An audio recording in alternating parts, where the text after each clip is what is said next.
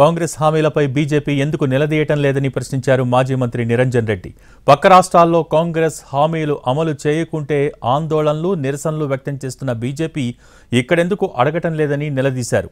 ఆ రెండు పార్టీలు ఒక్కటైతే ప్రజలకు చెప్పాలని అన్నారు బీఆర్ఎస్ నేత నిరంజన్ రెడ్డి. 15 మాసాల కింద హిమాచల్ ప్రదేశ్లో 10 గ్యారెంటీలు ఇచ్చి అధికారంలోకి వచ్చింది కాంగ్రెస్ పార్టీ. ఒక 8 మాసాల కింద 5 గ్యారెంటీలు ఇచ్చి కర్ణాటకలో అధికారంలోకి వచ్చింది కాంగ్రెస్ పార్టీ. 72 రోజుల క్రితం 6 గ్యారెంటీలు ఇచ్చి తెలంగాణలో అధికారంలోకి వచ్చింది కాంగ్రెస్ పార్టీ. హిమాచల్ నుంచి మొదలు పెడితే 15, ఇప్పుడంటే ఇక్కడ ఇంకా మేము చెప్పిన 3 నెలలు కాలేదు కదా అంటారు. మరి హిమాచల్ ప్రదేశ్లో 15 మాసాలు అయింది అధికారంలోకి వచ్చి.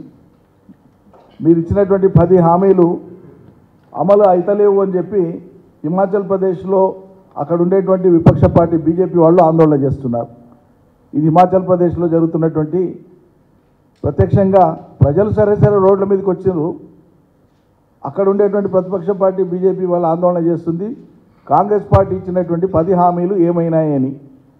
అదేవిధంగా కర్ణాటకలో 5 హామీలకు సంబంధించి కూడా అక్కడ బీజేపీ ఆందోళన చేస్తుంది. మంచిదే. దురదృష్టవశాత్తు అదే బీజేపీ మరి ఈ రాష్ట్రంలో, తెలంగాణ రాష్ట్రంలో ఈ కాంగ్రెస్ పార్టీ అయినటువంటి విషయాలలో ఎందుకు మాట్లాడతలేదో అర్థం కావట్లేదు.